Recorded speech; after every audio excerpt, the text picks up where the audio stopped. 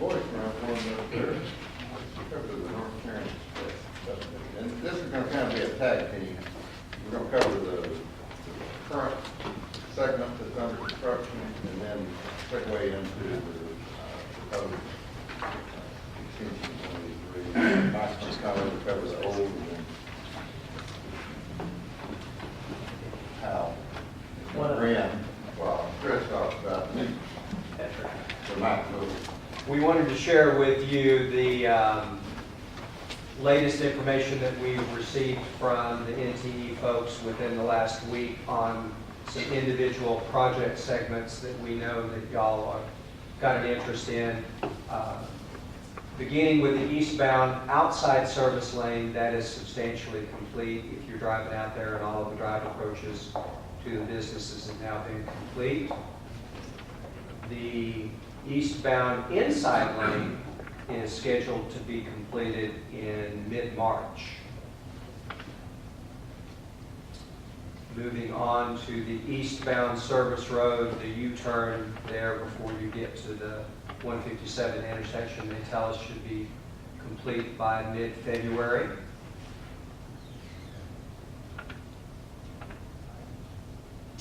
Then the westbound on-ramp from 157 will be completed in early February.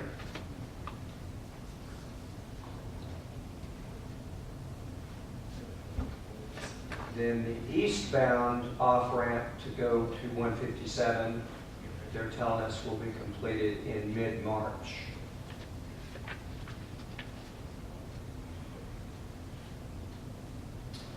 The on-ramp there on eastbound from West Parkway will close on December the 6th, and the new on-ramp will be completed in mid-March.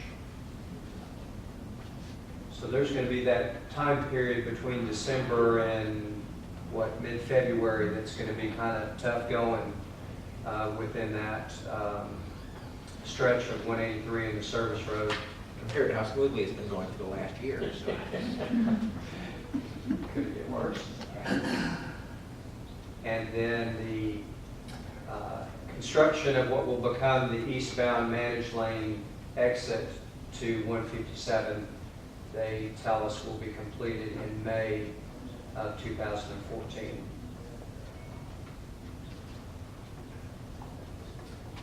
And then the entirety of the segment 2W will be substantially completed in September 2014. Did I need to go over any of those again or repeat any of those? To back up a click, could you go back to that right there we get the West Park and Airport Freeway there? You've seen that huge median just to the south of Airport Freeway that they will be constructing. We don't have dates for these, but they will be constructing a city monument sign within that. That's part of our agreement with the long-standing tree. It will be very similar to what is right out here. Just kind of our standard city monument sign. It will be lit and it will be landscaped so that what you see right out there right now, along with the rest of it, is pretty ugly.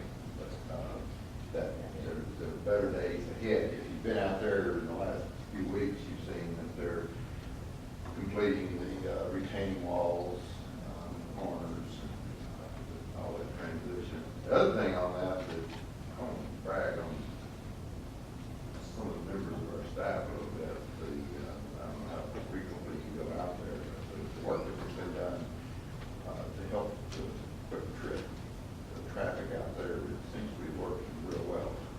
The drive has been built across the property to the south, and that's, I did a really good job of handling that. Once it's opened up, it'll prove all the better.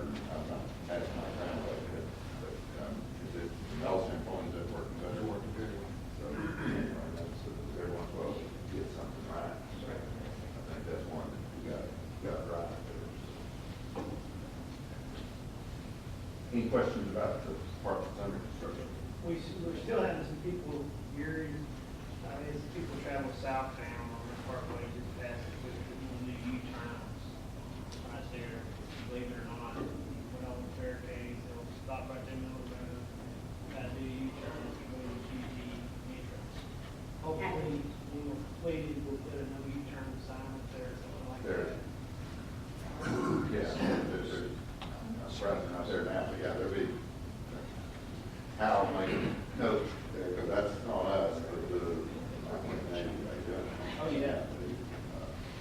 Every time you drive through there, just by if you look, there's already the post buried in the There is curb. posts up there. We just have a place to sign it because it hasn't turned back, that portion hasn't been turned back.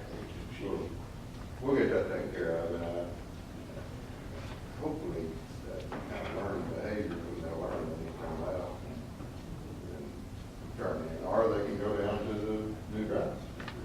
Well, that's kind of where that turnaround is, kind of, parallels right there with the, That will just be improved. It's amazing. as we go along. yeah. That just backs up all the way to Marley and northbound. Southbound the other day was backed up to the other side of the bridge. But that's just because you just want lane on both sides. And that should free up pretty quick. Yeah. That part. You think they'll go into the second lane pretty soon? They're making good progress. I mean, to complete that by, is that September? Yes, sir. Not really not that far away. Yeah.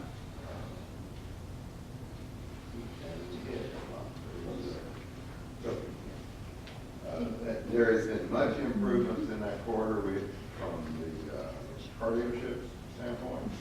We still haven't washed the cars last night.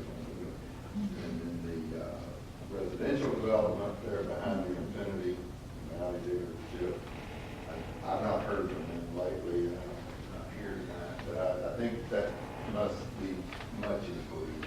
I haven't heard of you. On the place of the wheelchair park, but we hear from them. It's not working well, it's not heard. I go, thank you, don't come in and call. We've had some issues with their back today. I think that was much improved. They were significantly impacted there for a while.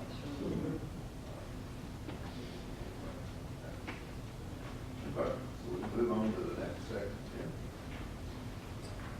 Mr.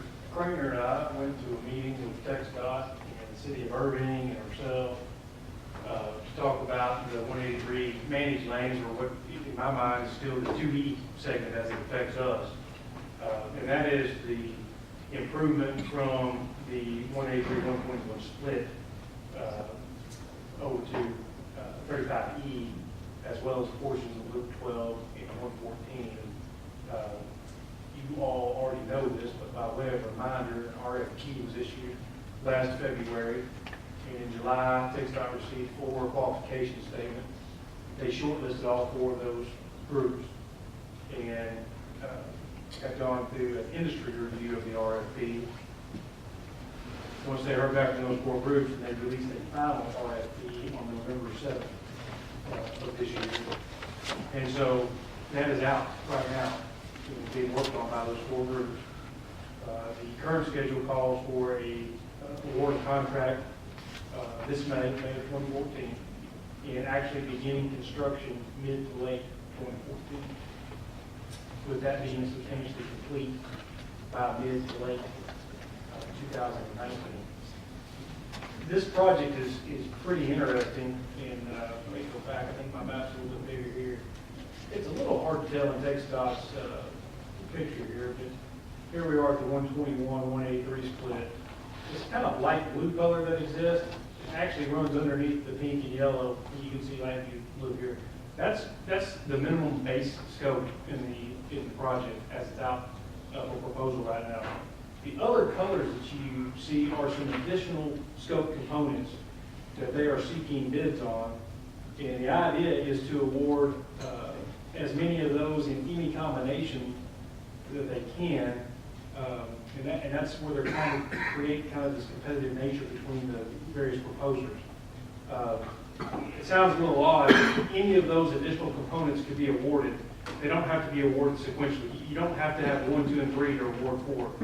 You could award 1 and 4, maybe. The additional scope components don't necessarily affect us. They're not in the city of Euless, but they obviously are in the corridor. So I'm actually really interested to see how that comes out, and what kind of competitive nature that plays in with the proposers. And I probably should use this map. It's a little bit larger here.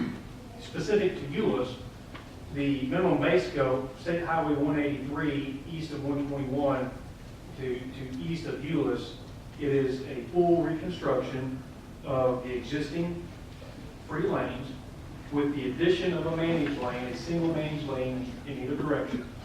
And the other thing, and I'll show you on the picture here in just a minute, that's very advantageous for us is we will also be getting full reconstruction of the service roads in that area. That's not true throughout the entire corridor. So don't want there to be any confusion. Throughout this entire project, there's no currently existing 3 lanes going away. For us, in particular, they will be rebuilt. There are some sections where the frontage roads are not rebuilt. In general, the main lanes are rebuilt and a managed lane is added. A future component of this, and the way the project is designed, would allow an additional managed lane in each direction to be added back in, again, in the future. What about the overheads? Are they gonna do anything with those overheads over there? The managed lanes as they run through Euless Mayor will be, all the lanes will be at grade, essentially.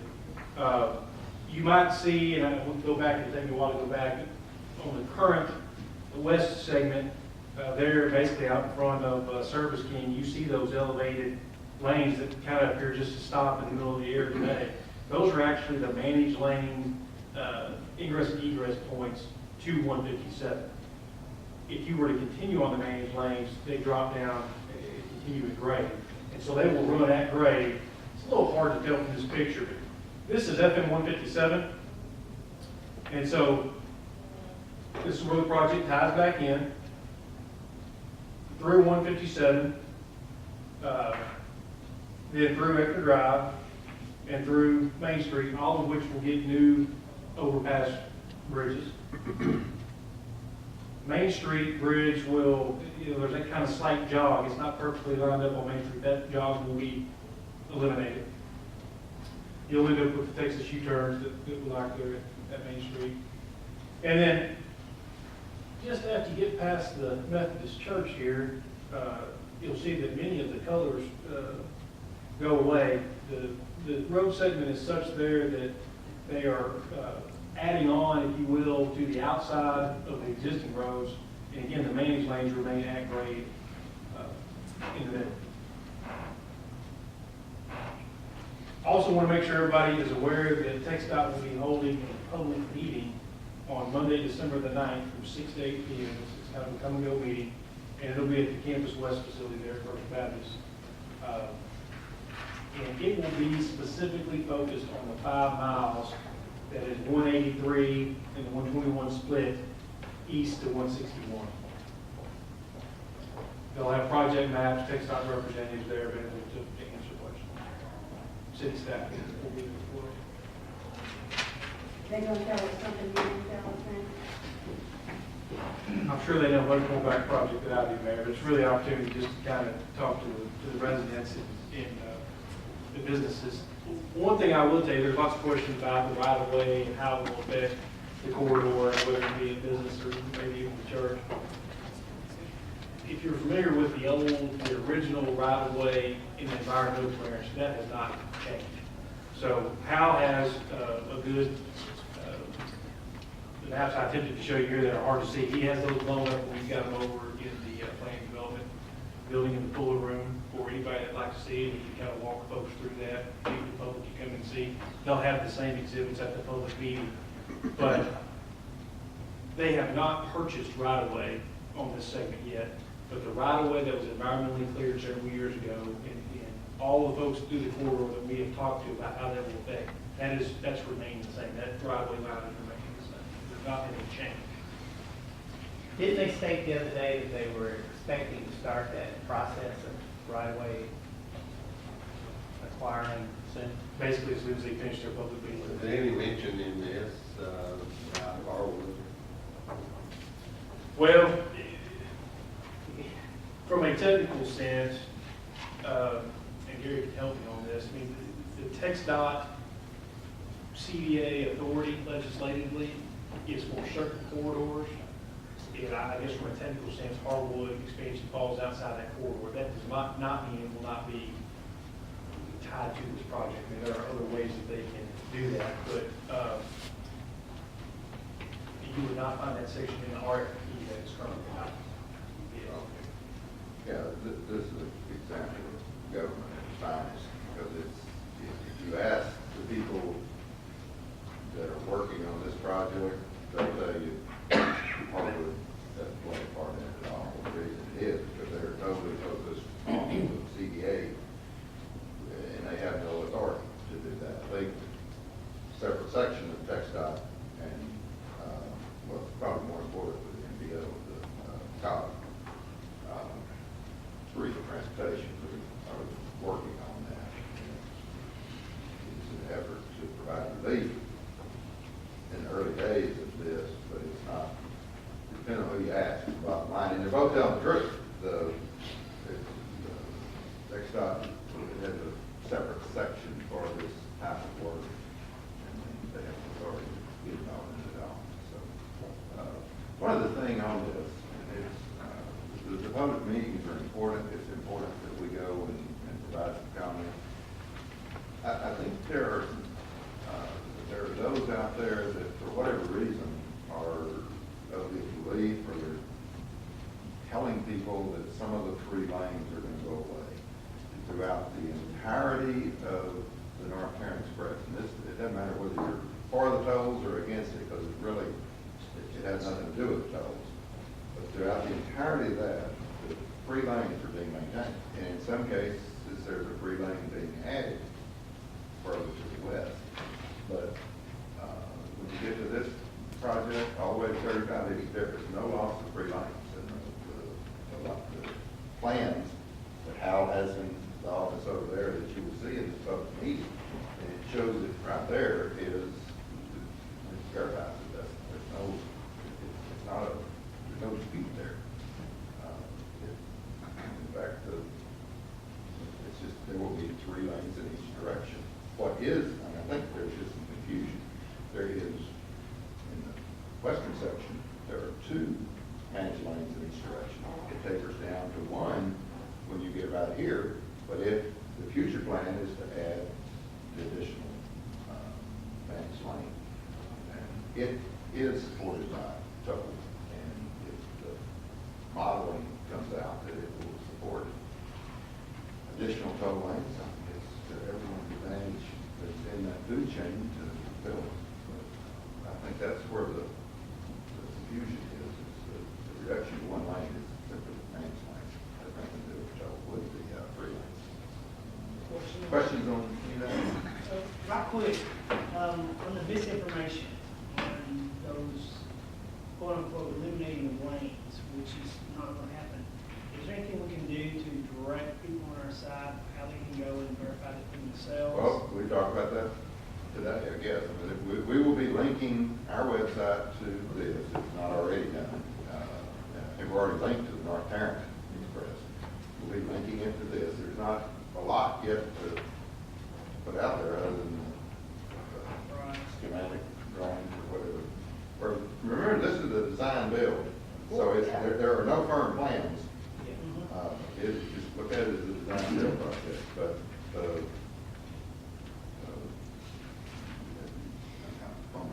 yes, we can. And the public meeting is an excellent way for people that have any doubts at all. The mayor goes to First Methodist Church. They will likely be significantly impacted, and they've known that for years, by the right of way. Okay? But the best way for someone, one of their church members or anybody that has any questions, is just go look at the right of way line. But they can see that. They can tell you exactly what they're going to take. They won't be beyond that. And in their case, I think it actually goes through one of their buildings. They've been aware of us for many years. We know where our right-of-way line is out here. Most people do. But it's one of those things that there really shouldn't be much question about, because you can see for yourself. You don't have to trust anyone. You see for yourself what's going to be built. You